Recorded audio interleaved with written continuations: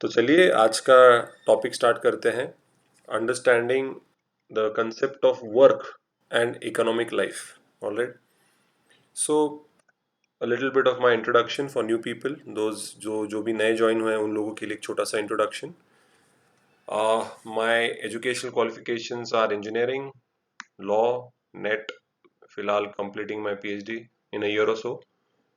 I've been teaching UPSC for the last 8 years. All right.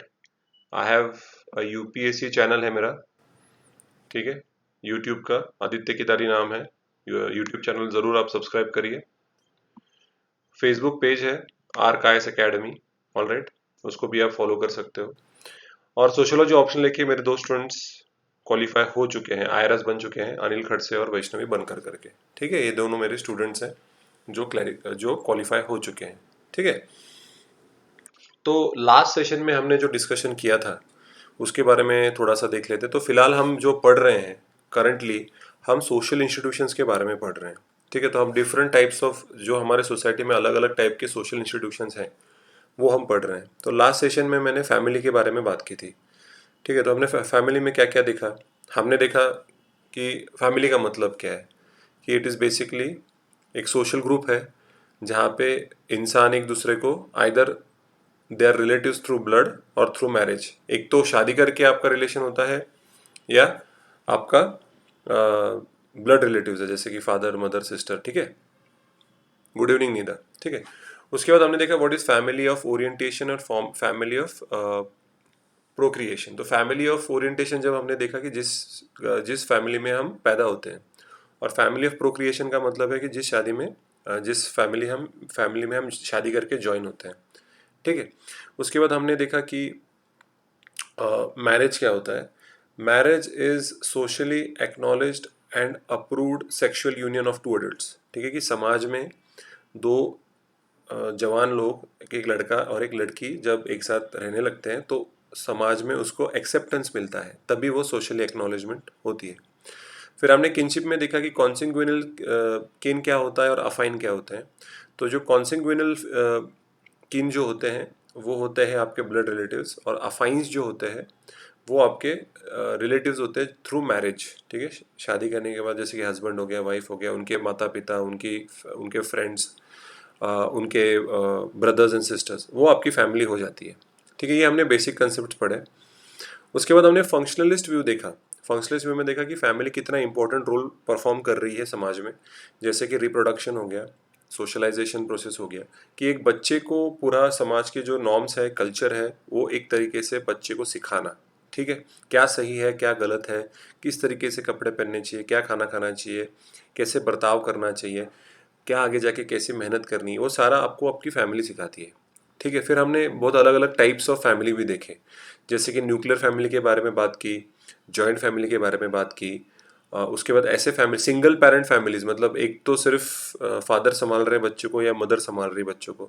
फिर हमने देखा कि कई कई जगहों पे अभी फीमेल जो होते हैं, औरतें होती हैं, वही घर संभालती हैं, वही बच्चों को संभालती हैं। तो वो हो गया मैट्रियार्कल फैमिली, जहाँ पे औरतें सारा औरतें ही कर्ता होती हैं। और मैट्री लोकल मतलब जहाँ पे द हस्बैंड जो होता है उसको वाइफ के साथ रहना पड़ता है। और हमने पैट्रियार्कल और पैट्री लोकल, तो जो नॉर्मली हम देखते हैं कि भाई लड़की के बाद शादी होके आपको लड़की को लड़के के पास रहना पड़ता है, जहाँ पे मेल डोमिनेशन है, वो है पैट्रियार्कल और पैट्री लोकल फैमिली। जेंडर इक्वालिटी के बारे में हमने बात की थी कि when about talking about gender equality, तो हमने देखा कि अभी भी थोड़े बहुत फैमिलीज में ऐसे है कि लड़की अगर होगी तो फीमेल फिटिसाइड किया जाता है, एबॉर्शन किया जाता है सेक्सुअल डिटर्मिनेशन के बाद, और लड़कियों पे ज़्यादा इन्वेस्ट नहीं किया जाता। लड़कियों पे लोगों को लगता है बर्डन है, लड़कों पे ज़्यादा इन्वेस्ट किया जाता है। ऐसा माना जाता है कि ओल्ड एज में लड़का ही लाठी बनेगा बुढ़ापे की, तो ऐसा नहीं होता है। लड़कियां भी आज के डेट में अपने पेरेंट्स का रिस्पॉन्सिबिलिटी लेती हैं। ठीक है, तो हमने ये देखा था। और हमने अभी मैंने बोला ये चेंज हो रहा है, कि धीरे धीरे समाज में ये जो माइंडसेट है ये चेंज हो रहा है, क्योंकि जो कल मैंने एमसीक्यूज़ लिए, मैंने जो करंट अफेयर्स लिया, और जो हमारा नेशनल पॉपुलेशन सेंसस जो अभी आएगा 2021 में, उसके हिसाब से हमारा सेक्स रेशियो बढ़ने वाला है। ठीक है, तो आगे जाके sex ratio, child sex ratio जो होता है वो बढ़ने वाला है। तो हमने कल वाला जो एमसीक्यू सेशन लिया उसके अंदर ये क्वेश्चन था कि जो हमारा नेशनल पॉपुलेशन रजिस्ट्रार है, सेंसस जो हुए, तो उसमें ये माना जाता है कि it is going to increase, ये आगे जाके हमारा सेक्स रेशियो और चाइल्ड सेक्स रेशियो बढ़ने वाला है। तो थोड़े थोड़े धीरे धीरे अभी फैमिली के अंदर भी जेंडर इक्वालिटी आ रही है, लड़कियों को एक बर्डन की तरह देखने नहीं वाले। जी बिल्कुल, 2036 तक डेफिनेटली हम सही डायरेक्शन में जा रहे हैं, हम नीचे नहीं आ रहे हैं, हमारा सेक्स रेशियो कम नहीं हो रहा है। तो एक तरीके से एक बहुत अच्छा साइन है हमारे देश के लिए कि अभी लोग लड़का या लड़की में इतना पार्शलिटी, इतना डिफ्रेंशिएशन नहीं करते। ठीक है, तो आज का जो सेशन है उसमें हम देखने वाले हैं कि व्हाट इज़ वर्क। ठीक है, उसके बाद में जो आज की जो मॉडर्न सोसाइटी है, उस मॉडर्न सोसाइटी में काम, वर्क कैसे डिफाइन होता है, और डिवीजन ऑफ लेबर।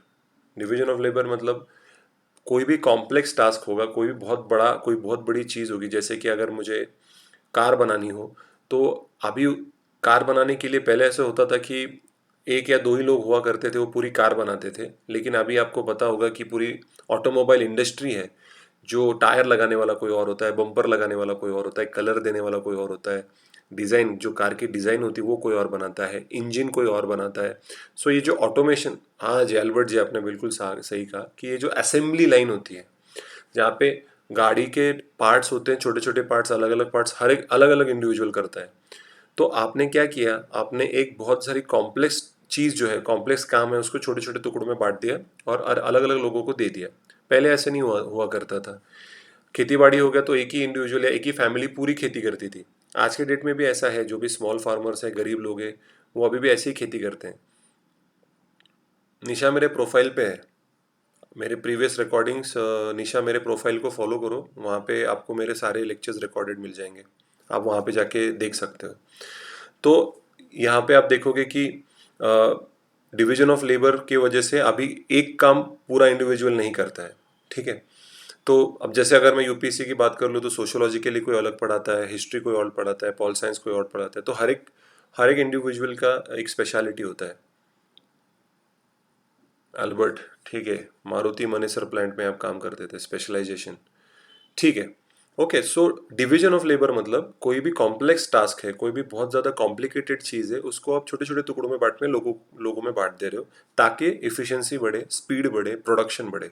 क्योंकि जो मॉडर्न मॉडर्न ज़माना है उसमें इंडस्ट्रियलाइजेशन का ज़माना है, ग्लोबलाइजेशन का ज़माना है, प्रोडक्टिविटी बहुत ज़्यादा चाहिए, इफ़िशिएंसी बहुत ज़्यादा चाहिए। ठीक है, इसीलिए स्पीड चाहिए।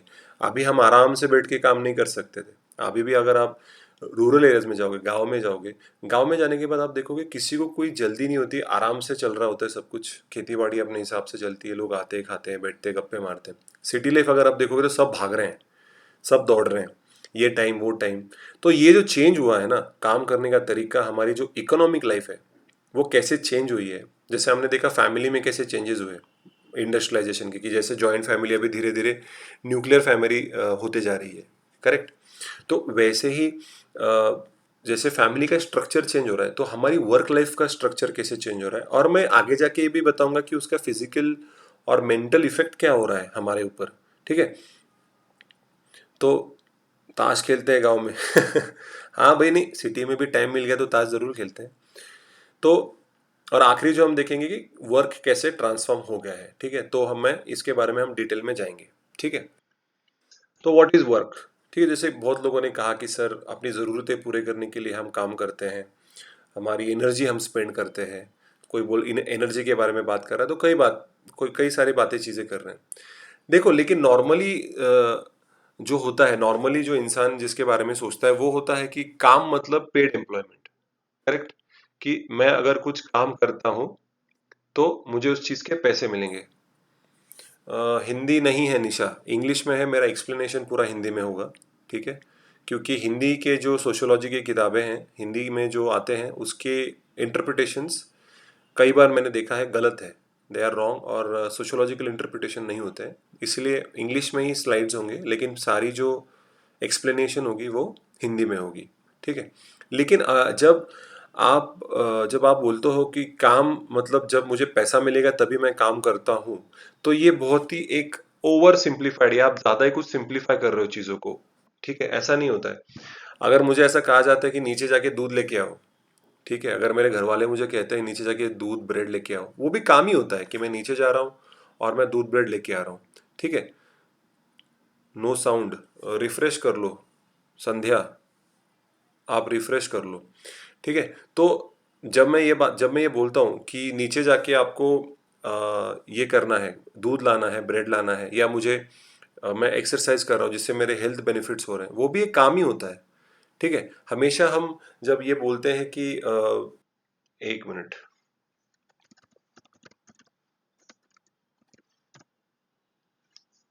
रिफ्रेश करो, रिफ्रेश संध्या, ठीक है।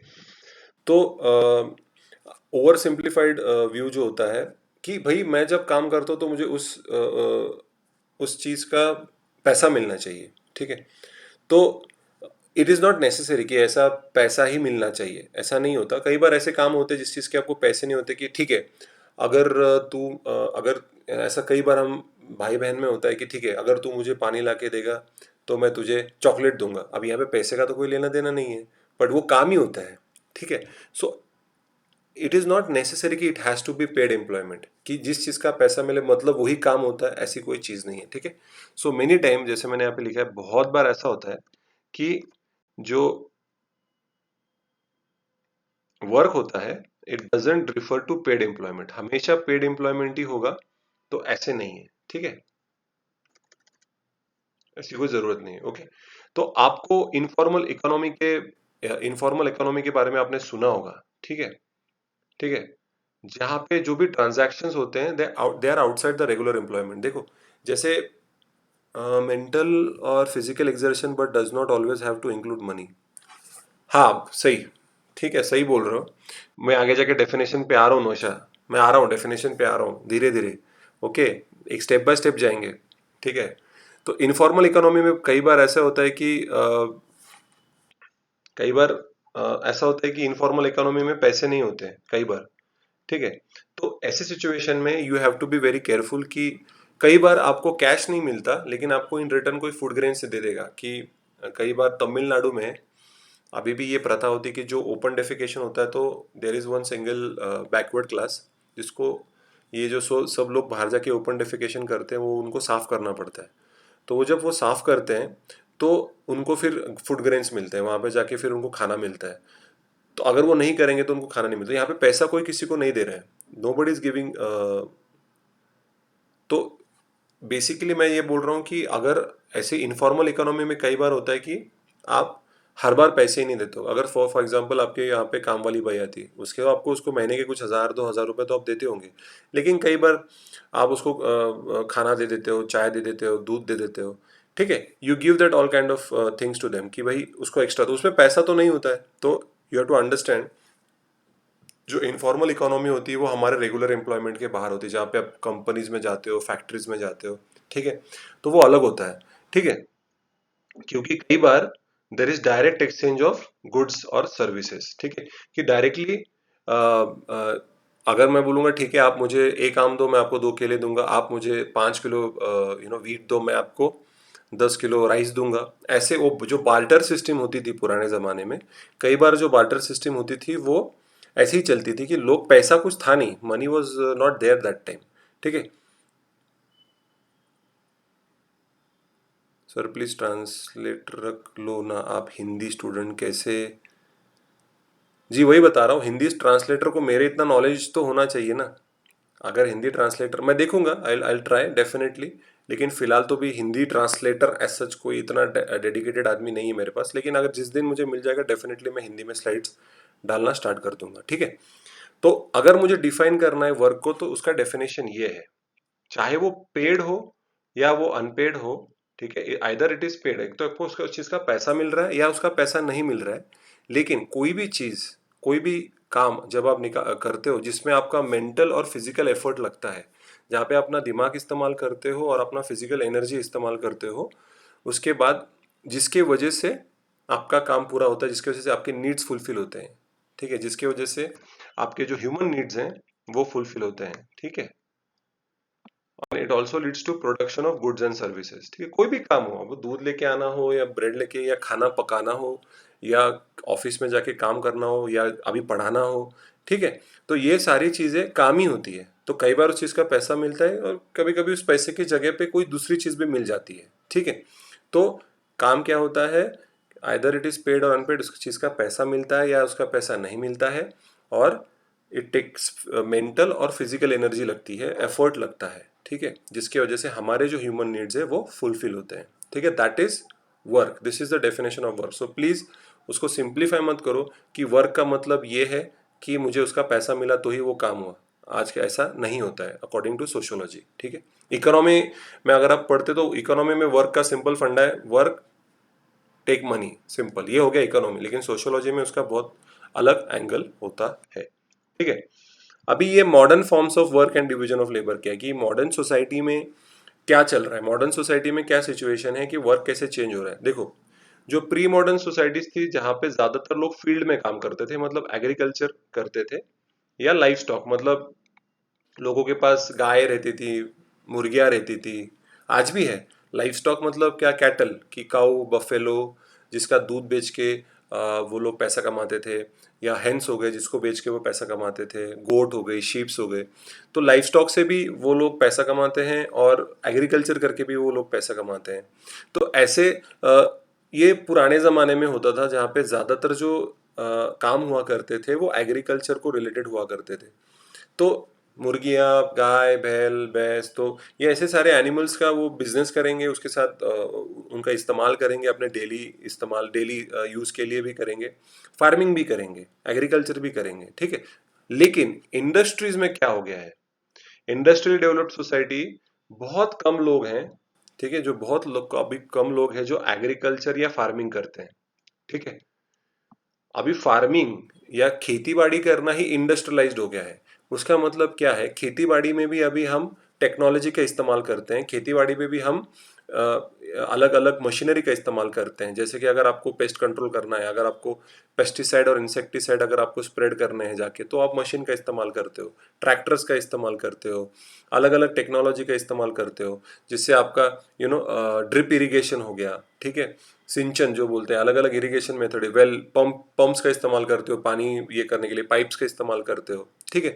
तो आप, खेतीबाड़ी ही आजकल इंडस्ट्रियलाइज हो गया है, जहाँ पे लोग टेक्नोलॉजी का इस्तेमाल कर रहे हैं, जहाँ पे लोग अलग अलग टेक्निक्स का इस्तेमाल कर रहे हैं, जिससे खेती इफेक्टिव हो जाए, इफिशिएंट हो जाए और प्रोडक्शन बढ़ जाए। अभी आप देखेंगे केमिकल फर्टिलाइजर्स का इस्तेमाल कर रहे हैं, जेनेटिकली मॉडिफाइड क्रॉप्स का इस्तेमाल कर रहे हैं, जीएमओस बोलते हैं जिसको, जेनेटिकली मॉडिफाइड ऑर्गेनिज्म, उसका इस्तेमाल किया जा रहा है ताकि प्रोडक्शन बढ़े, चाहे चाहे कम पानी में उनका प्रोडक्शन हो जाए, कि कम से कम पानी में ज़्यादा से ज़्यादा प्रोड्यूस निकले, प्रोडक्टिविटी बढ़ जाए। और इंडिया को, आपको तो पता ही होगा कि इंडिया भी फूड सिक्योरिटी अचीव कर चुका है, ठीक है। और आगे जाके फिर इंडस्ट्रीज में ही ये लोग ये क्रॉप्स को देते हैं। जैसे अगर शुगर केन जो होता है, तो शुगर केन को वो शुगर मिल्स में बेच के पैसा कमाते हैं। तो कई बार फार्मिंग अभी टेक्नोलॉजी ओरिएंटेड खुद चल रहा है, धीरे धीरे हो रहा है, ठीक है। ओके, और जो जैसे मैंने बताया, मॉडर्न सोसाइटी में जो काम होते हैं, they are very highly complex division of labour जो होता था, उसको अभी उन्होंने सिंप्लीफाई कर दिया है। That is, work has been divided into enormous number of different occupations. जैसे कि अगर मैं इंजीनियरिंग की बात करूँ तो अभी मैकेनिकल इंजीनियर अलग है, कंप्यूटर इंजीनियर अलग है, आईटी इंजीनियर अलग है, ईएनटीसी इंजीनियर अलग है। अभी इतना स्पेशलाइजेशन हो गया धीरे धीरे कि अगर पुराने ज़माने में ऐसा हुआ करता था कि कोई गाड़ी होगी तो एक बंदे को, उसने देख लिया कि गाड़ी दुरुस्त कैसे करते, तो वो भी कर सकता था। लेकिन अगर मुझे आप बोलोगे कि भाई गाड़ी खराब हो गई, आप ठीक कर दो, मुझे नहीं आता।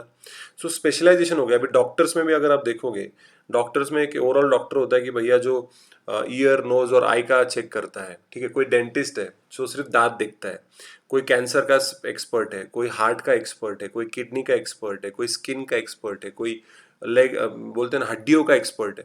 तो हर एक में स्पेशलाइजेशन है। तो अगर मैं बोलूँ कोई कैंसर एक्सपर्ट डॉक्टर है, उसके पास कोई हार्ट का पेशेंट जाता ही नहीं है, क्योंकि इतने स्पेशलाइजेशन हो चला है आज के डेट में, इतनी कॉम्प्लेक्सिटी बढ़ चुकी है कि हमारे बॉडी के अंदर हर एक ऑर्गन के लिए अलग से डॉक्टर है। हाँ भाई, मुन्ना भाई एमबीबीएस तो ऑलराउंडर थे, वो तो सबकी वो हड्डियाँ तोड़ते थे और हड्डियाँ बाद में छोड़ भी देते थे। मैं कहाँ से हूँ जी, मैं पूना से हूँ, पुणे, पुणे महाराष्ट्र, ठीक है। तो फार्मिंग जो सॉरी मैं फार्मिंग पे आ गया। तो ये जो कॉम्प्लेक्स डिवीजन ऑफ लेबर था ना, उसको अभी जो इतना काम जितना कॉम्प्लिकेटेड होते जा रहा है, जैसे मैंने अभी आपको सबको एक कार बनाने का मैंने बोला, कार जब बनाते हैं तो अभी एक असेंबली लाइन होती है जहाँ पे हर एक इंडिविजुअल कोई स्क्रू बनाने वाला होता है, कोई कोई पेंटिंग करने वाला है। तो जो पेंटिंग करने वाला होता है उसको स्क्रू के बारे में कुछ मालूम नहीं है। तो ये एक तरीके से इतनी इसको सिंप्लीफाई कर दिया गया है डिवीजन ऑफ लेबर से, ताकि स्पेशलाइजेशन हो गई है बहुत सारी, ताकि प्रोडक्टिविटी बढ़े, एफिशिएंसी बढ़े, ठीक है। लेकिन अगर मैं ट्रेडिशनल सोसाइटीज की अगर बात करूं, ट्रेडिशनल सोसाइटीज में क्या होता था, non agricultural work entailed the mastery of a craft learn through a lengthy period of apprentice. कि इसका मतलब क्या है कि पुराने जमाने में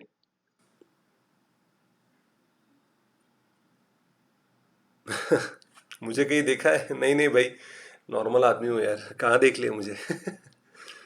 ठीक है। तो यहाँ मेरा यूट्यूब चैनल अगर गलती से देख लिया होगा तो फिटनेस पे भी है, तो पता नहीं वहाँ देखा होगा। छोटे मोटे थिएटर में भी काम करता हूँ मैं कभी कभी तो, बट लेकिन कम ऑन, आप थिएटर थोड़ी ना देखेंगे, वो भी मराठी थिएटर थोड़ी ना देखेंगे, ठीक है। तो जब मैं ट्रेडिशनल सोसाइटीज़ की बात करता हूँ, तो अगर खेती बाड़ी हो गई, या मुझे चप्पल बनानी हो, या मुझे लोहार सोनार चांभार या खेती बाड़ी हो गई, तो हम घर में ही सीखते थे खेती कैसे करते हैं, या हमारे फादर से सीखते थे कि चप्पल कैसे बनानी है, हम फादर से सीखते थे कि खेती बाड़ी कैसे करनी है, हम फादर से सीखते थे कि जो पॉट कैसे बनाना है, ठीक है। तो कास्ट वाइज जैसे मैंने बोला ऑक्यूपेशन हुआ करता था, तो फैमिली सिखाती थी, और बचपन से उस चीज़ को सिखाया जाता था, बचपन से बच्चा सीखता था, और कई सालों के ट्रेनिंग के बाद, लेंदी पीरियड ऑफ अप्रेंटिसशिप मतलब कई सालों की मेहनत के बाद इंसान इंसान उसको सीखता है, एंड देन धीरे धीरे फादर जैसे ओल्ड होते जाते तो बेटा उनका काम करने लगता है। मैं मल्टी टैलेंटेड हूँ, thank you so much. Thank you so much. हाँ, कई देखिए, इंजीनियरिंग करी, लॉ भी पढ़ाता हूँ, यूपीएससी पढ़ाता हूँ, एक्टिंग करता हूँ, बॉडी बिल्डिंग करता हूँ। मेरा यूट्यूब चैनल भी है बॉडी बिल्डिंग पे, फिटनेस पे भी मैं बोलता हूँ कॉफ़ी अच्छा है कि नहीं, वॉक है कि नहीं। तो या मैं काफ़ी चीज़ें करता हूँ, उसमें से यूपीएससी पढ़ाना, बच्चों को गाइड करना, ये भी कर लेता हूँ, ठीक है। तो इससे क्या होता है कि जो एक वर्कर हुआ करता था, उसको ए टू जेड मालूम होता था कि मुझे क्या करना है, ठीक है। अगर फॉर एग्जाम्पल कि मुझे ये जो टॉर्च है, ठीक है, अगर मैं ये पुराने ज़माने में ये टॉर्च बनाता तो इसके बारे में मुझे ए टू जेड मालूम होता कि ये जो टॉर्च है कि इसको कैसे बनाना है, ठीक है, इस टॉर्च को। तो अभी क्या हो गया है, नहीं, ये बल्ब कोई और बनाएगा, कोई और देगा, ये ऊपर का कवर कोई और देगा, इसके अंदर की जो सर्किटरी है वो कोई और बनाएगा। तो अभी मुझे नहीं पता कि इसको पूरा कैसे बनाना है, मुझे सिर्फ मालूम है कि ये ट्यूब कैसे इसको फिट करते हैं, बस मुझे उतना ही आता है, ठीक है। तो पुराने जमाने में मुझे पूरा मालूम था कि कोई भी चीज़ कैसे बनाते हैं। अभी नहीं, अभी मुझे सिर्फ गाड़ी को कलर देने आता है, मुझे गाड़ी का इंजन के बारे में कुछ नहीं मालूम, या मुझे सिर्फ गाड़ी के इंजन के बारे में मालूम है, मुझे गाड़ी के डिज़ाइन के बारे में कुछ नहीं मालूम।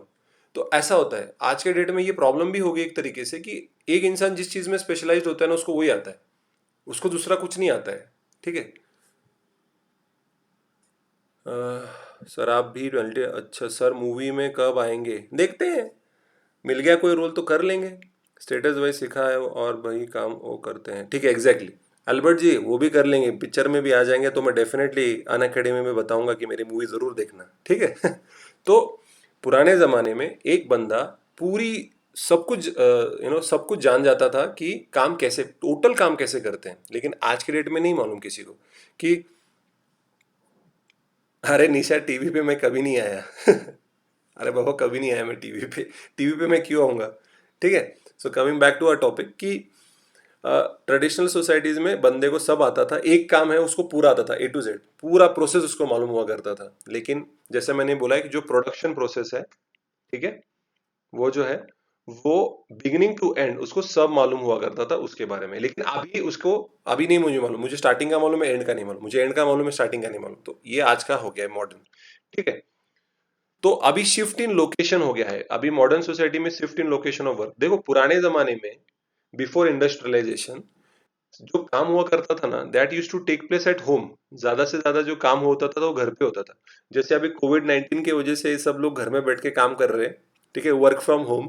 वैसे ये बिफोर इंडस्ट्रियलाइजेशन वही होता था कि ज्यादा से ज्यादा लोग जो काम करते थे वो घर में करते थे, क्योंकि खेती बाड़ी जो होती थी घर के पास हुआ करती थी, या खेती में ही घर हुआ करता था। ठीक है। तो ज़्यादा से ज़्यादा काम जो हुआ करता था वो घर के आसपास होता था, ठीक है, ज़्यादा दूर नहीं जाना पड़ता था और वो खत्म भी हो जाता था कलेक्टिवली। जो सारे जो यहाँ पे जैसे मैंने बताया कि all the members of the house hold जो घर में रहते थे, फैमिली मेंबर्स, सब मिलके काम करते थे। अभी ऐसा नहीं है, अभी पिताजी बाहर जॉब पे चले जाते हैं या हम स्कूल्स या कॉलेजेस में चले जाते हैं, मम्मी घर पे अकेली होती है, काम वाली वही आती है, वो काम करके चली जाती है, तो हर एक पूरा फैमिली इन्वॉल्व नहीं होता है। और जो काम है अभी फैक्ट्रीज में शिफ्ट हो गया है, ठीक है। अभी जो इंडस्ट्रियल टेक्नोलॉजी में जो एडवांसमेंट हुआ है और सेपरेशन ऑफ पावर, मुझे वर्क एंड होम, जैसे ये फैक्ट्रीज निकल के आ गई है, ठीक है। जैसे टेक्नोलॉजी को इलेक्ट्रिसिटी लगता है, कोल लगता है, ठीक है। तो अभी पहले जैसे घर पे बैठ के आप काम नहीं कर सकते, अभी आपको फैक्ट्री में जाना पड़ता है, कंपनी में जाना पड़ता है, ऑफिस में जाना पड़ता है, वहां पे जाने के बाद आपको काम करना पड़ता है। तो यहाँ पे ऐसा नहीं है। पहले पहले पहले जमाने में घर में ही सब कुछ हुआ करता था, टेक्नोलॉजी इतनी एडवांस नहीं हुआ करती थी, ठीक है। सो ये जो वर्क और होम है इसके बीच में का डिस्टेंस बढ़ गया है। अभी लोग एक एक घंटा ट्रैवल करके काम करने जाते हैं। आप आत्मनिर्भर घर बनने वाले हैं, ठीक है भाई, आत्मनिर्भर ही बनना है। मोदी साहब भी वही बोल रहे हैं, आत्मनिर्भर बनो, आत्मनिर्भर बनो, ठीक है। सो अभी people needed to be train to perform specialised task and receive wages. देखो आज के डेट में अगर आपको फैक्ट्री में काम करना है, कंपनी में काम करना है, कॉलेज में सिखाना है, किधर भी आपको जॉब करनी है, आपके पास टेक्निकल क्वालिफिकेशन या कोई ना कोई तो क्वालिफिकेशन लग रही होगी। कॉल सेंटर में भी अगर आपको काम करना है तो आपको इंग्लिश आनी चाहिए, ठीक है, इतना बेसिक चीज़ है। तो ये जो ट्रेंड है उसको ट्रेनिंग चाहिए। तो अभी ट्रेनिंग के लिए अगर आपने कभी जॉब किया होगा तो आपको 6 महीना, 2 महीना, 1 महीना कुछ ना कुछ तो ट्रेनिंग दी जाती है और उस ट्रेनिंग के बाद फिर आपको एक्चुअल जॉब पे शिफ्ट किया जाता है। कई बार ऐसा बोला जाता है कि अगर ट्रेनिंग में अगर आप फेल हो जाते हो तो आपको हम कंटिन्यू नहीं करेंगे। तो ट्रेनिंग के बाद तब जाके आपको धीरे धीरे पैसे मिलने स्टार्ट होते हैं उस चीज़ के। तो अभी जितना टेक्निकली इंडिविजुअल एडवांस होता है, जितना वो मल्टी टैलेंटेड होता है, तो उसको अपॉर्चुनिटीज उतनी ज़्यादा बाहर मिलती है, ठीक है। अभी मैनेजर्स को अपॉइंट किया जाता है, इन लोगों का क्या काम होता है, जो लोग उनके अंडर काम करते हैं उनको सुपरवाइज करना, कि भैया कोई टाइम पास तो नहीं कर रहा है, कहीं कोई ना कोई तो बस तंबाकू तो नहीं खा रहे या सिगरेट फूक रहे, टाइम पास कर रहे हैं। बहुत बार हमने देखा कि लोग कॉफी ब्रेक के नाम के लिए आधा आधा घंटा, एक एक घंटा गायब हो जाते हैं, काम नहीं करते टाइम पे। तो जो मैनेजर होता है ना वो आता है, अरे किधर गए सब, काम क्यों नहीं कर रहा, मैंने आपको बोला था आज शाम तक मुझे ये फाइल चाहिए। तो मैनेजर का क्या होता है, मुझे ये चाहिए। तो मैनेजर का ज़्यादा से ज़्यादा होता है कि सब लोग बोलते हैं कि मैनेजर के साथ अपना रिलेशन अच्छा होना चाहिए ना, उसको मस्का मारो ताकि हमारा प्रमोशन हो, ये हो। तो ये पॉलिटिक्स चलते रहता है ऑफिस में। हाँ, गप्पे गप्पे बहुत मारते हैं लोग, ठीक है। तो अगर लड़कियां होंगी तो और डिफिकल्ट हो जाता है मैनेज करने के लिए, उनको और गप्पे लगती हैं। तो लड़के थोड़े भी ठीक सुट्टा मार ले, आ गए वापस ऑफिस में बैठ गए। जी हाँ, तेल लगाते हैं बॉस को, जो आप मस्का लगाओ और तेल लगाओ जो भी बोलो। तो मैनेजर वो क्या देखता है कि भैया डिसिप्लिन मेंटेन रखा है, लोग अपना काम कर रहे हैं, लोग टाइम वेस्ट नहीं कर रहे और प्रोडक्टिविटी बढ़ रही, तभी मेरा प्रमोशन होगा। एज अ मैनेजर मैं ऊपर जाऊंगा कि मैंने ज्यादा से ज्यादा काम करवा के लिए। मेरी तो फाइट होती है मैनेजर के साथ, सर वेरी गुड रंजीत, तुम मेरी तरह हो, मैं भी ऐसे ही झगड़े करता हूँ। और मैनेजर घर घर का काम भी करवाता है, हाँ सब्जी ला लो, ये कर लो, वो लो कर लो। ये तो क्या कहे आजकल के मैनेजर, चाय पानी बोल के टाइम वेस्ट करते हैं, करेक्ट। तो मैनेजर्स जो होते हैं उनका ये काम, मतलब वो भी एक काम हो गया है, मतलब वो कुछ फिजिकली कुछ नहीं कर रहा है, वो मेंटली भी कुछ नहीं कर रहा है, वो सिर्फ प्रेशर डाल रहा है कि काम करो काम करो काम करो, काम नहीं करोगे तो निकाल दूंगा, ऐसा ये टेंशन में तुम्हारी रिपोर्ट ऊपर खराब दूंगा। तो ये ना ही कुछ दिमाग मतलब कैसे मैन मैनेजमेंट कर रहा है, कैसे प्यार से या किसके किसके साथ प्यार से काम करवाना है, किसी के साथ थोड़ा फोर्स करके काम करवाना है, वो दिमाग लगाता है। अच्छा, रविंद्र जी ने कुछ कहा है, work life balancing is main issue, there are 10 dimension to this issue. So 10 dimension भी क्या है वो भी बता दीजिए, ठीक है। So in modern societies enormous expansion of economic interdependence. देखो अभी क्या हो गया है मॉडर्न सोसाइटी में, ये जो इकोनॉमिक इंटरडिपेंडेंस है इसका मतलब क्या है, एक दूसरे पे डिपेंडेंस हमारी बढ़ गई है। क्या मैं खेती कर सकता हूँ? नहीं कर सकता। क्या मैं मेरी गाड़ी ठीक कर सकता हूँ? नहीं कर सकता। क्या मैं चप्पल बना सकता हूँ? नहीं बना सकता। क्या मैं अपना कंप्यूटर ठीक कर सकता हूँ? नहीं कर सकता। बस पूरा फॉर्मेट मार के फिर से चालू कर दो, फिर से इंस्टॉल कर दो, ये मैं कर सकता हूँ। क्या मैं क्या बोल सकते हैं, मैं इंटरनेट कनेक्टिविटी दे सकता हूँ? नहीं, मुझे एयरटेल पे डिपेंड करना होगा। तो हमारा एक दूसरे पे डिपेंडेंस बहुत बढ़ गया। सबसे इंपॉर्टेंट, मैं खेती बाड़ी नहीं कर सकता, मैं खुद के लिए खाना प्रोड्यूस नहीं कर सकता, तो इसलिए मुझे वेजिटेबल वेंडर्स पे डिपेंड होना पड़ता है कि भैया कब आएगा सब्जी वाला, तब जाके मैं उसे सब्जी खरीदूंगा। सब्जी वाला फार्मर पे डिपेंड करता है कि भैया फार्मर कब उगाएगा वो, और मैं कब उसके पास से वो सिटी में लेके आऊँ। तो ये सारा हम एक दूसरे पे डिपेंडेंट हो गए हैं कि अगर मेरी गाड़ी खराब हो गई तो मुझे मैकेनिक के पास जाना पड़ेगा, फिर मैकेनिक, फिर अगर मेरी गाड़ी का कोई पार्ट खराब हो गया तो उसको मार्केट में जाना पड़ेगा। तो ये इसको बोलते हैं इंटरडिपेंडेंस, कि एक दूसरे पे जो डिपेंडेंस है वो बढ़ती जा रही है, एक दूसरे पे जो क्या बोलते हैं एक तरीके से, डिपेंडेंस क्या बोलते हैं उसको, एक तरीके से मैं आप पे निर्भर हूं। यहाँ पे आत्मनिर्भरता बिल्कुल नहीं है, मैं आप पे निर्भर हूं।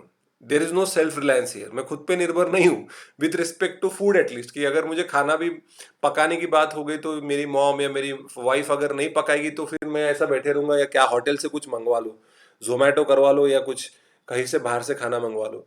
तो ये इंटरडिपेंडेंस जो है ना, हमारे एक दूसरे पे जो निर्भरता है ना, वो इतनी ज्यादा बढ़ गई है मॉडर्न सोसाइटी में। पुराने जमाने में ऐसा नहीं हुआ करता था। पुराने जमाने 90 तक जो 90% लोग हुआ करते थे खुद खेती करते थे, और खेती क्यों करते थे, खुद के लिए करते थे, और थोड़ा जो बच जाता था ना वो जाके वो मार्केट में बेचते थे। इसको बोलते सब्सिस्टेंस फार्मिंग, खुद के लिए फार्मिंग करना। लेकिन जैसे जैसे अभी कमर्शियलाइजेशन हो गया एग्रीकल्चर में, तो फिर जाके उसका बिजनेस करने लग गए लोग, कैश क्रॉप्स वगैरह वगैरह इन चीजों का, ठीक है। और इंक्रीमेंट के टाइम बोलते हैं कंपनी लॉस में है। अभी कोविड-19 तो बहुत ही अच्छा बहाना हो गया एल्बर्ट, कि भैया हम लॉस में चल रहे हैं, किसी को ना इंक्रीमेंट मिलेगी ना सैलरी मिलेगी, बेचारा रंजित तो सफर कर ही रहा है, ठीक है। तो ये हो गया कि अभी हमारे एक दूसरे पे इकोनॉमिक इंटरडिपेंडेंस बहुत ज्यादा बढ़ चुकी है, ठीक है।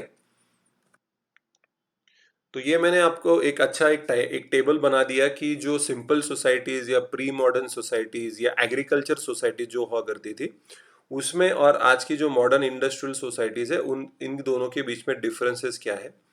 तो जो यहाँ पे जो डीओएल लिखा है वो डिवीजन ऑफ लेबर है, ठीक है। डीओएल का मैं आपको यहाँ पे कमेंट सेक्शन में डाल देता हूँ, वरना आप लोग कंफ्यूज हो जाओगे कि सर डीओएल क्या होता है। It is short form for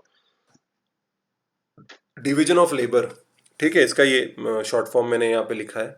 तो अगर आप देखेंगे मैंने पूरा जो एक्सप्लेनेशन है वो दोनों सिंपल टेबुलर फॉर्मेट में उसको डिफरेंशिएट कर दिया है कि प्री मॉडर्न सिंपल सोसाइटीज और मॉडर्न इंडस्ट्रियल सोसाइटीज में फर्क क्या है, सिंपल डिवीजन ऑफ लेबर और कॉम्प्लेक्स डिवीजन ऑफ लेबर। मतलब क्या, जब मैं सिंपल की बात करता हूँ कि काम बहुत सिंपल हुआ करते थे, बहुत ज़्यादा कॉम्प्लेक्स नहीं हुआ करते थे, टेक्नोलॉजी का इस्तेमाल नहीं हुआ करता था, ना कोई इलेक्ट्रिसिटी थी, ना कोई कोल था, ना कोई इरिगेशन था, ना पंप था, कोई मशीनरी नहीं थी, इसलिए काफ़ी आसान था काम करना, कोई ज़्यादा, और घर पे बैठे बैठे भी आप सीख सकते थे वो काम। लेकिन अभी जो मॉडर्न सोसाइटीज़ है वहाँ पे जो लेबर है, जहाँ पे वर्क है, वो इतना कॉम्प्लेक्स हो चुका है, इतना कॉम्प्लिकेटेड हो चुका है कि उसको हमको डिवाइड करना पड़ रहा है ताकि हर एक इंसान को छोटा छोटा काम दिया जाए। और जी हाँ, डरखाइम पे तो हम डिटेल में जाने वाले हैं जब हम सोशियोलॉजी ऑप्शन स्टार्ट करेंगे। It's a fantastic theory given by Durkheim. तो जहाँ पे आप देखोगे कि जो कॉम्प्लेक्सिटी जितनी बढ़ती जा रही है उसके काम की, वर्क की, इसके लिए हमको सिंप्लीफाई करने के लिए उसको छोटे छोटे कामों में डिवाइड करके लोगों में डिस्ट्रीब्यूट करना पड़ता है ताकि प्रोडक्टिविटी बढ़े और इफिशियंसी बढ़े। अगर आप देखोगे पुराने ज़माने में वर्क प्लेस घर हुआ करता था, घर पे लोग ज़्यादातर काम करते थे, और आज अगर आप देखोगे तो फैक्ट्री है, ऑफिसेज है। पुराने सोसाइटी जो हुआ करते थे, मेन ऑक्यूपेशन हुआ करता था एग्रीकल्चर, एनिमल हस्बेंड्री, फिशरी, मतलब लोग फिशिंग करते थे लोग सर्वाइवल के लिए। अभी भी करते हैं, अभी भी बहुत सारे ऐसे लोग हैं जो फिशिंग पे डिपेंड है उनकी लाइफस्टाइल। उसके बाद उनका मेन ऑक्यूपेशन क्या है मॉडर्न सोसाइटीज़ में, अभी सब कुछ मैकेनाइज्ड हो गया है, ऑटोमेटेड हो गया है, स्पेशलाइज्ड जॉब्स हैं, इंजीनियरिंग है, डॉक्टर है, लॉ है, कलनरी आर्ट्स है, होटल मैनेजमेंट है, क्या नहीं है, इतने सारे ऑक्यूपेशन हो चुके हैं कि स्पेशलाइजेशन हो गया है, हर एक छोटी छोटी चीज़ के लिए स्पेशलाइज्ड इंसान है। पुराने ज़माने में इनफॉर्मल एजुकेशन हुआ करता था, बस आपके घर पे भी आप ट्रेनिंग ले लोगे, अपने माता पिता से सीख लोगे तो भी आपको काम करने में आसानी होती थी। लेकिन आज के डेट में आपको फॉर्मल एजुकेशन की ज़रूरत है, आपको स्कूल्स कॉलेजेस को जाना पड़ता है, ठीक है। अगर आपके पास डिग्री नहीं होगी तो आपको फैक्ट्री ऑफिस कोई भी आपको जॉब नहीं देगा। तो अभी आपके पास बेसिक डिग्री तो कम से कम मिनिमम रिक्वायरमेंट होती है। इसका मतलब family is the unit of production, इस स्टेटमेंट का मतलब है कि जो फैमिली होती है वही एग्रीकल्चर करके फूड ग्रेन्स प्रोड्यूस करते थे, खुद ही खाना प्रोड्यूस करके सरवाइव करते थे। लेकिन अभी ऐसा नहीं रहा, अभी ऐसे बहुत सारे फैमिलीज है जो एग्रीकल्चर को बिल्कुल लिंक नहीं है। स्पेसिफिकली जो लोग मेट्रोपॉलिटन सिटीज में रहते हैं, टायर 2 टायर 3 सिटीज में रहते हैं, उनका कोई लेना देना नहीं है एग्रीकल्चर से, इसलिए वो they are completely dependent upon farmers, कि फार्मर्स पे वो पूरी तरीके से डिपेंड होते हैं, या अगर सिटी में रहते हो तो वेजिटेबल वेंडर्स पे डिपेंड होते हैं। जब तक वो सब्जी नहीं लाएंगे तब तक वो घर पे खाना नहीं पका पाएंगे, उनको होटल में जाना पड़ेगा। सो फैमिली, अभी इंडस्ट्रियल सोसाइटी में ज़्यादा से ज़्यादा फैमिली बिल्कुल डिपेंडेंट नहीं, खुद पे खुद को खाना नहीं बना सकते, प्रोड्यूस नहीं कर सकते। They are completely dependent upon farmers and vegetable vendors, ठीक है। जैसे, और जो लास्ट पॉइंट मैंने आपको इतनी देर से मैं समझा रहा हूँ कि इकोनॉमिक इंटरडिपेंडेंस जो है, ठीक है, वो कम हो चुकी है, ठीक है। ये जो मैं बता रहा हूँ, ऐसा क्यों हो रहा है भाई? हाँ, ये जो, अच्छा नीचे नहीं जा रहा है, ठीक है। ये जो है, ये ज़्यादातर मॉडर्न सोसाइटीज़ में ज़्यादा है और सिंपल सोसाइटीज़ में कम है। अच्छा, मोहन कुछ बोल रहा है। It is the basic of sociology then so interesting most understanding of sociology sir because most interconnected. जी बिल्कुल, अगर सोशियोलॉजी का वही सबसे बड़ा फायदा है कि आप आंसर लिख सकते हो सोशियोलॉजी में। अगर मैं किसी और ऑप्शनल के साथ कंपेयर नहीं करना चाहूँगा, लेकिन सोशियोलॉजी में जो रट्टा होता है, रट्टा मारना होता है, या फैक्चुअल डेटा होता है, वो बहुत कम है। आपको ज़्यादा रट्टा नहीं मारना है। एक बार आपको कंसेप्ट समझ में आ गया कि भैया डिवीजन ऑफ लेबर मतलब क्या, पुराने ज़माने में क्या होता था, आज के ज़माने में क्या होता है। मैं कुछ अलग नहीं बता रहा हूँ, कहीं ना कहीं आपको इसको पता होता है, लेकिन उसको आंसर में कैसे लिखना है, उसकी जो आंसर राइटिंग होती है, उसकी जो कंसेप्ट होती है, कई बार जब हम किताबें पढ़ते हैं तो बहुत कॉम्प्लिकेटेड लैंग्वेज में एक्सप्लेन किया होता है, तो जो हम समझते नहीं है। तो मेरा जॉब यही है कि मैं आपको उसको सिंप्लीफाई करके एक्सप्लेन करूँ, कि अभी तो मैं बहुत बेसिक में समझा रहा हूँ, लेकिन जब जाके मैं डरखाइम की थियरी पढ़ाऊंगा या कार्ल मार्क्स की थियरी पढ़ाऊंगा तो थोड़ा सा कॉम्प्लिकेट होगा। लेकिन मैं हूँ तो ऑब्वियसली मैं आपको जितना आसानी से मैं आपको वो मैं सिखा सकता हूँ, मैं समझा सकता हूँ, मैं आपको समझाऊंगा, ठीक है। So no, nothing to worry about it, कि हम है तो क्या गम है, ठीक है। सो ये मैंने आपको बहुत सिंप्लीफाई कर दिया है कि दोनों में डिफरेंशिएशन क्या है, ठीक है। आगे चलते हैं कि अभी वर्क कैसे ट्रांसफॉर्म हो चुका है, ठीक है। Nirvik Biswan, I am a new member, welcome. आप नए हैं, वेलकम। मेरी प्रोफाइल बिल्कुल ज़रूर फॉलो करिए। सोशियोलॉजी है, इंटरेस्टिंग है तो कंटिन्यू करिए, ठीक है, ओके। तो निर्विक को सब कुछ, सबके सबके तरफ से वेलकम, मेरी तरफ से भी वेलकम। तो अगला जो टॉपिक है वो है, अच्छा जी रविंद्र जी कुछ बोल रहे, work there are 6 types of work force, रुकी, वर्कर, स्टार, रिटायर। अच्छा, रुकी एक होता है, वर्कर एक होता है, स्टार एक होता है, रिटायर्ड होता है, साइक्निक होता है, डिप्लीटेड होता है, द मोस्ट डेंजरस साइनिक, ओके। जो साइकिक होता है वो थोड़ा सा ऑब्वियसली वो थोड़ा सा साइकिक जो होता है उसको थोड़ा संभालना पड़ेगा भैया, हम कभी कभी उस जोन में चले जाते हैं। जी निर्विक,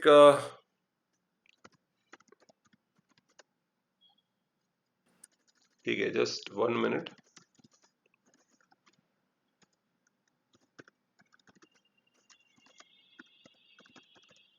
ठीक है, तो जी हाँ, रोज शाम को 8 बजे लेक्चर होता है, सिर्फ एक्सेप्ट संडेज एंड छुट्टियां जब होती है तब तो आप रेगुलरली अटेंड करेंगे तो आपको पता चल जाएगा।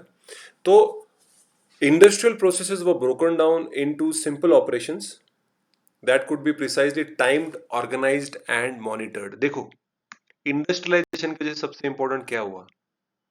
हर चीज का अभी टाइम इज मनी, टाइम, सारी चीजों को टाइम, सबसे ज्यादा इंपॉर्टेंट है टाइम, और ऑर्गेनाइजेशन और उसकी मॉनिटरिंग। एक वक्त दिया जाता है आपको, एक टाइम फ्रेम दिया जाता है कि आपको अगले 4 दिनों में ये फाइल आपको सबमिट करनी पड़ेगी, आपको इस तरीके से करना पड़ेगा, और उसकी मॉनिटरिंग भी होती है कि कितना हुआ कितना नहीं हुआ। तो एक तरीके से इसको वर्क प्रेशर भी कहा जाता है, लेकिन नहीं करोगे तो लोग काम भी नहीं करते हैं, वो भी उतना ही सच है। तो मॉनिटरिंग भी बहुत जरूरी है, वरना 4 दिन के बाद क्या हफ्ते भर भी हो जाएगा तो भी लोग काम नहीं करेंगे। So therefore monitoring is also very important. तो अभी जैसे मैंने बोला कि इंडस्ट्रियलाइजेशन में जो कॉम्प्लेक्स चीज़ें थी उनको सिंप्लीफाई कर दिया है, और सिंप्लीफाई करने के बाद उसको हमने टाइम, ऑर्गेनाइजेशन और मॉनिटरिंग, ये तीनों चीज़ों को हमने इंपॉर्टेंट दिया कि ध्यान देना बहुत ज़्यादा इंपॉर्टेंट है। तो अभी ग्लोबलाइजेशन के बाद क्या हुआ? What is the impact of globalisation? चलो अब सब जन बताओ, what is the impact of globalisation on work. Chat section में सब जन लिखो कि ग्लोबलाइजेशन की वजह से क्या फर्क हुआ है, ग्लोबलाइजेशन की वजह से क्या इम्पैक्ट हुआ है। चलो फटाफट, जिनको आंसर पता है वो चैट बॉक्स में मुझे आंसर चाहिए कि ग्लोबलाइजेशन की वजह से क्या हुआ। देखो, सबसे पहले तो आपको पता होना चाहिए कि ग्लोबलाइजेशन का मतलब क्या है।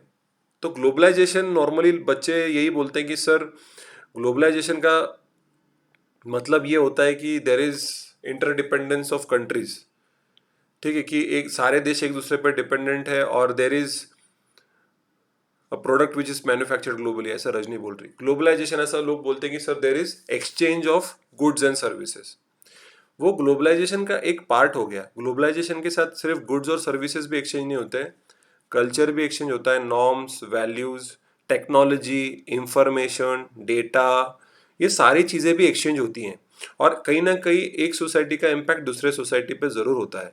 तो ग्लोबलाइजेशन के काफ़ी एडवांटेजेस भी हैं और काफ़ी डिसएडवांटेजेस भी हैं, ठीक है। सबसे पहला ये था कि अभी ग्लोबलाइजेशन की वजह से मास मार्केट अवेलेबिलिटी बहुत हो गई है। इंटरनेट ने उसने ज़्यादा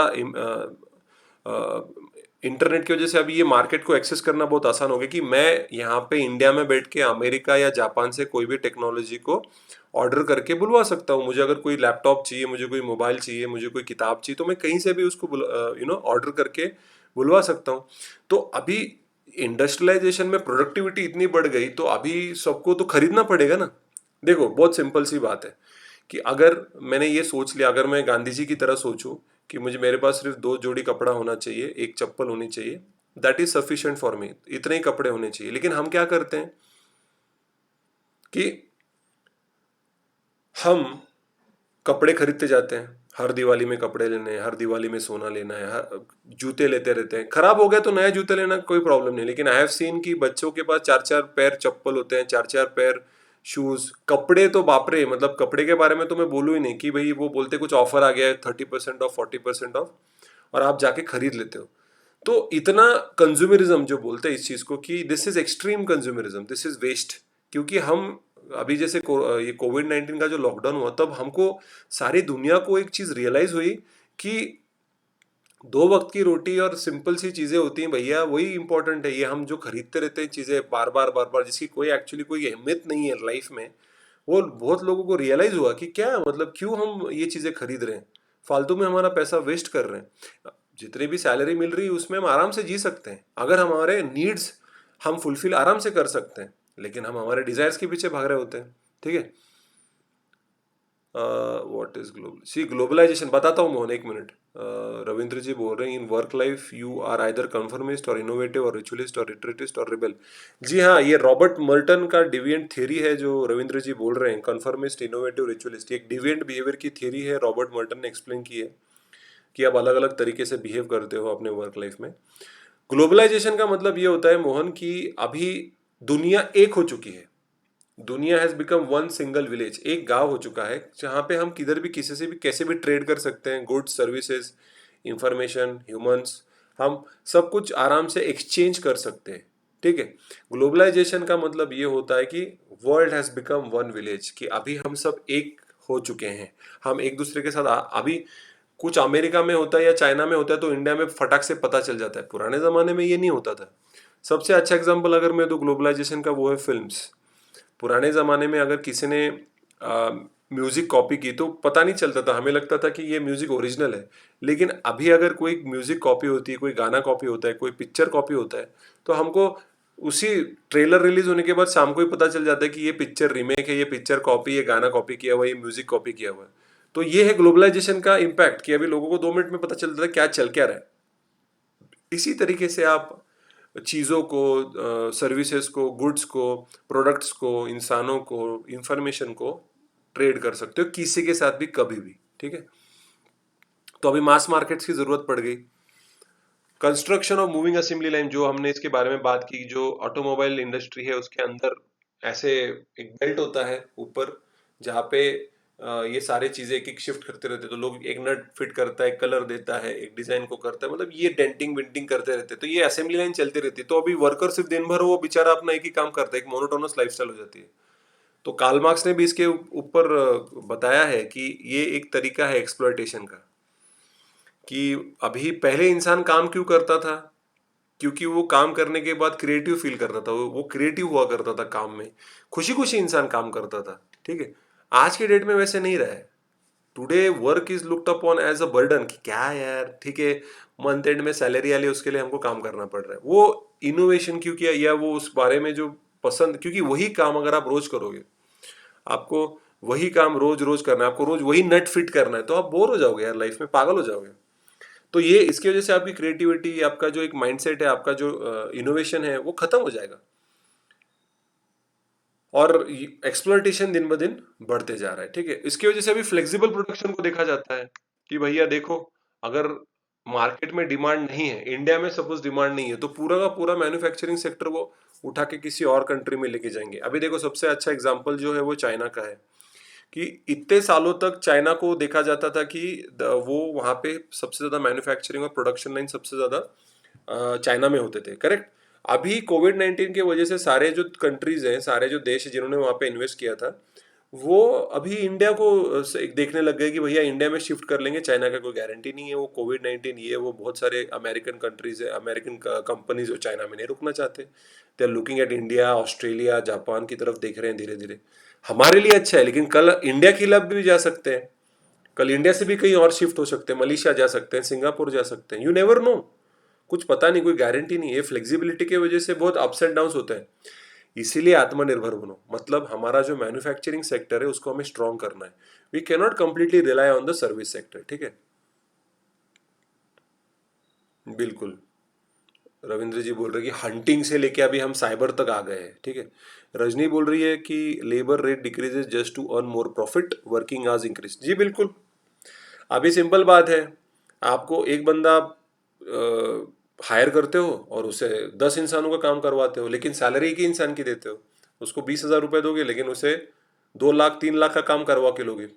ये एक्सप्लॉइटेशन चल रहा है। इसीलिए जितना आप आत्मनिर्भर बनेंगे, जितना आप ज़्यादा काबिल बनेंगे, एक्सपर्टीज जितने जितने आप में ज़्यादा होगी, जितने आप इंडिस्पेंसेबल बनोगे या जितने आप स्ट्रांग बनोगे मेंटली, उतना एक्सपर्टीज बढ़ाओगे, उतना लोग आपको बुलाएंगे, आपको जो सैलरी चाहिए वो देंगे। लेकिन उसके उसके लिए मेहनत लगती है, उसके लिए बहुत सारे हार्डवर्क लगता है, बहुत सारी पढ़ाई लगती है, बहुत सारा एक्सपीरियंस लगता है, जिसको टाइम लगता है। Nothing comes easy.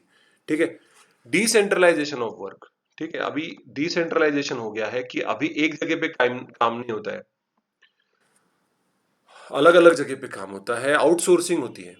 ठीक है, अगर कार बनानी है फॉर एग्जांपल, तो टायर कोई और बनाता है, पेंटिंग कोई और करता है, इंजन कोई और बनाता है, कार की डिजाइन कोई और बनाता है। तो ये डिसेंट्रलाइजेशन मतलब कि आउटसोर्सिंग, मतलब किसी और कंपनी को आपने दे रखा है कॉन्ट्रैक्ट कि आप मुझे सिर्फ टायर्स दो, तो वो टायर आते हैं, बस वो टायर फिट करके देते हो।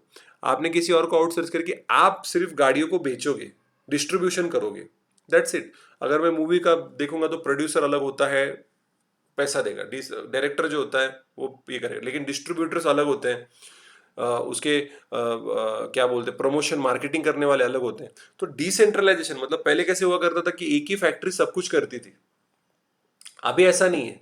अभी मोहन क्या बोले, सर आपका क्लास करने के बाद एनसीईआरटी सोशियोलॉजी और बुक भी नो नीड फॉर अस। नहीं नहीं मोहन, ऐसा मत करना जी, मैं सारे पॉइंट्स कवर करता हूँ, लेकिन किताब तो चाहिए ही। आप मेरे सेशंस डेफिनेटली फिर से देख सकते हो, लेकिन किताब जो होती, किताब किताब होती है, किताब को आप, वो बाइबल होती है जैसे हरलाम बोस होगी। पर हाँ, एनसीईआरटीज हो गए तो एनसीईआरटीज करने की कोई ज़रूरत नहीं है, क्योंकि वो सब मैं कवर कर रहा हूँ आराम से। इसके लिए एनसीईआरटी की आपको बिल्कुल ज़रूरत नहीं, इग्नू की भी आपको बिल्कुल ज़रूरत नहीं, क्योंकि मैं वो भी कवर करूँगा, तो उस पे जाने की कोई ज़रूरत नहीं है आपको। लेकिन जो बाइबल है हरलाम बोस जो है सोशियोलॉजी की, वो डेफिनेटली रखिए, क्योंकि वो ज़रूरत है उस चीज़ की, उसको उसके में उसमें से ही मैं आपको पढ़ाऊंगा, तो नथिंग टू वरी। लेकिन हाँ, किताब होनी चाहिए। ठीक है, यू नीड बुक्स, क्योंकि नोट्स निकालने हैं आपको, पढ़ाई करनी है, आंसर राइटिंग करनी है। ठीक है, तो किताबों को अल्टरनेटिव कोई नहीं है। मैं खुद किताबों पे आज पे भी डिपेंड हूँ। किताब, बुक्स आर वेरी इंपॉर्टेंट। ठीक है, और आखिरी में जो हमने देखा सबसे बड़ा डिफरेंस जो है वो है monitoring systems to keep an eye on the employees. पहले कोई मॉनिटरिंग नहीं करता था। आज भी अगर आप गांव में जाओगे तो खेती बाड़ी कौन कब कैसे कर रहा है, कोई किसी पे मॉनिटर नहीं करता है। आपकी मर्जी भैया, अगर आप खेती करोगे तो आपका ही प्रोड्यूस बनेगा, आप जाके पैसा कमाओगे। लेकिन फैक्ट्रीज में, ऑफिस में ऐसा नहीं होता है, ध्यान रखा जाता है कि काम हो रहा है कि नहीं हो रहा है ठीक तरीके से। ठीक है, तो ये रहा कि इस तरीके से पूरा वर्क अभी ट्रांसफॉर्म हो चुका है। तो अभी एक क्वेश्चन है सबके लिए, what is the impact of Covid 19 pandemic on the nature of work?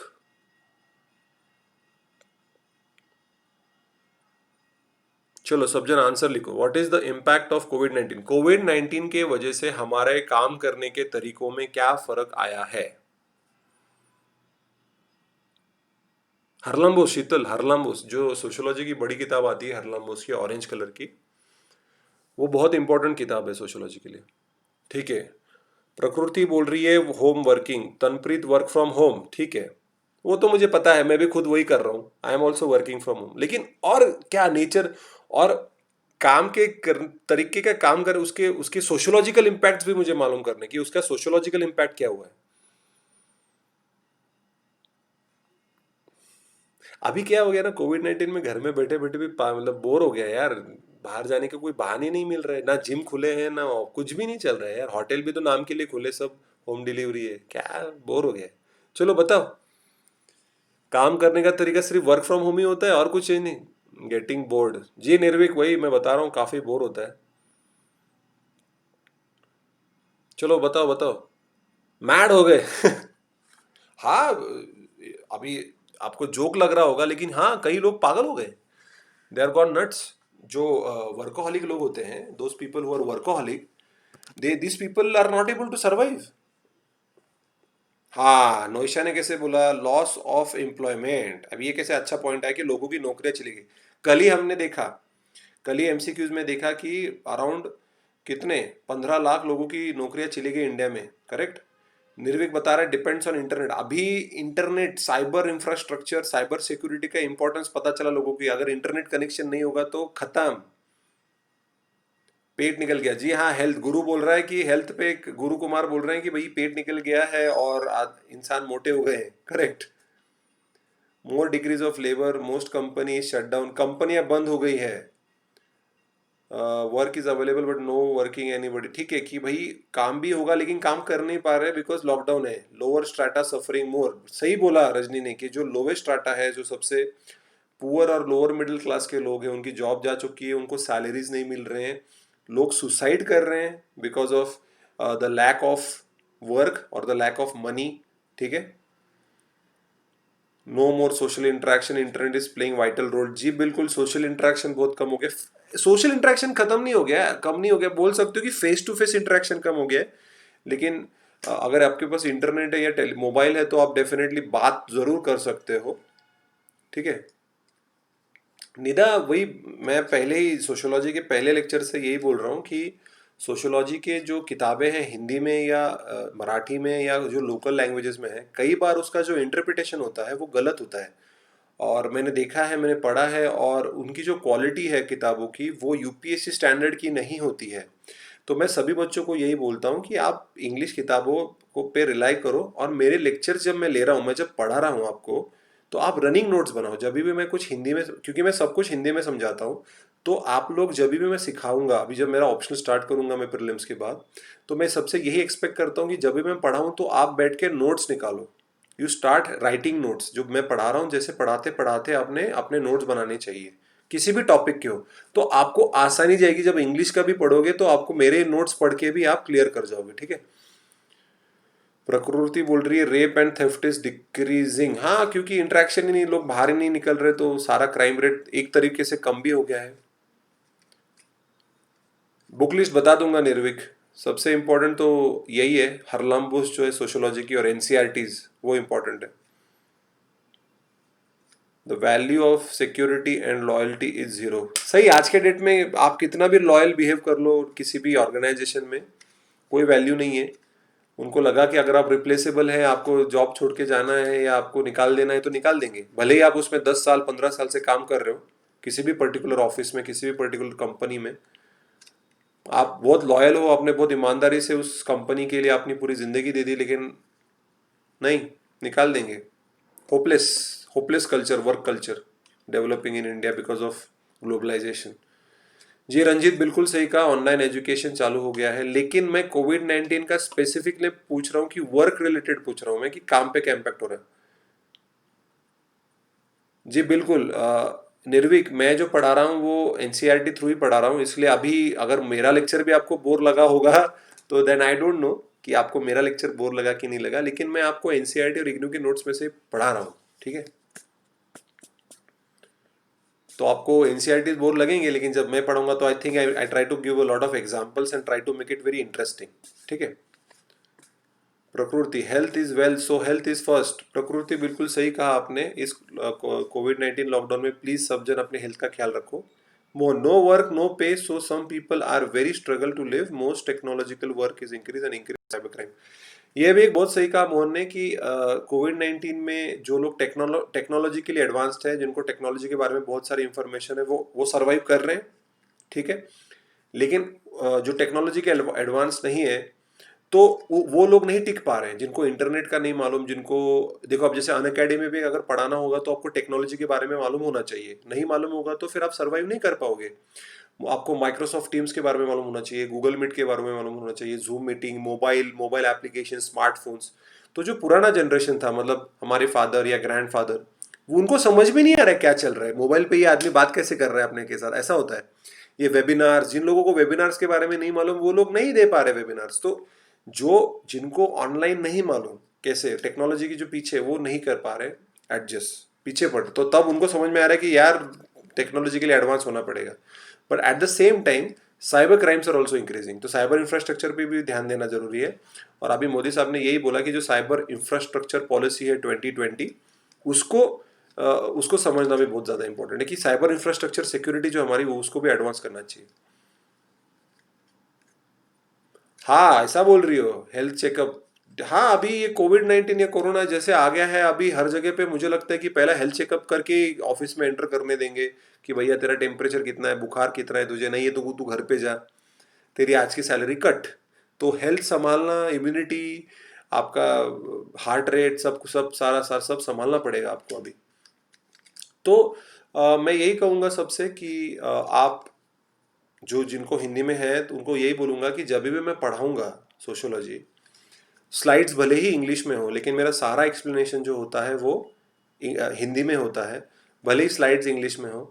तो जब मैं पढ़ाऊँ आपको, तो आप रनिंग नोट्स बनाओ, ताकि आपको मेरा पीडीएफ बैकग्राउंड, मेरा पीडीएफ आप डाउनलोड कर सकते हो सेशन के बाद, और आपकी एनसीईआरटीज भी आप पढ़ सकते हो, क्योंकि ज़्यादा से ज़्यादा मैं एनसीईआरटी पे फिलहाल कॉन्सेंट्रेट कर रहा हूँ, ताकि आपके बेसिक कंसेप्ट सारे क्लियर हो जाए, ठीक है। अच्छा, निर्विक बोल रहा है कि मेरे पढ़ाने का स्टाइल काफ़ी इंटरेस्टिंग है। थैंक यू निर्विक जी। ये भी बोल रहा है कि हॉस्पिटल्स में भी treatment of health has become a very big issue. तो ये है कि कोविड-19 की वजह से जो टेक्नोलॉजिकली काफ़ी लोग एडवांस्ड थे, वो लोग मैनेज कर पा रहे हैं, और जो नहीं कर पा रहे हैं वो पीछे, उनको जॉब जा रही है उन लोगों की, ठीक है। तो आज हमने क्या क्या टॉपिक कवर किए कि भैया वर्क क्या होता है। वर्क इज बेसिकली कि जहाँ पे आप, it is not necessary, it is, ऐसा कोई ज़रूरी नहीं है कि आप काम करोगे तो आपको उस चीज़ का पैसा भी मिलना चाहिए। कभी कभी पैसा नहीं भी मिलता है, कोई और चीज़ मिल जाती है, या कभी कभी कुछ नहीं मिलता है, ठीक है, सिर्फ प्यार मिलता है। ओके, जब नीचे जाके आप जब सब्जी लेके आते हो, या सब्जी या दूध या ब्रेड लेके आते हो, तो आपकी मदर या आपके फादर आपको प्यार करते हैं कि अरे बच्चा सब सुनता है, अच्छा बच्चा है।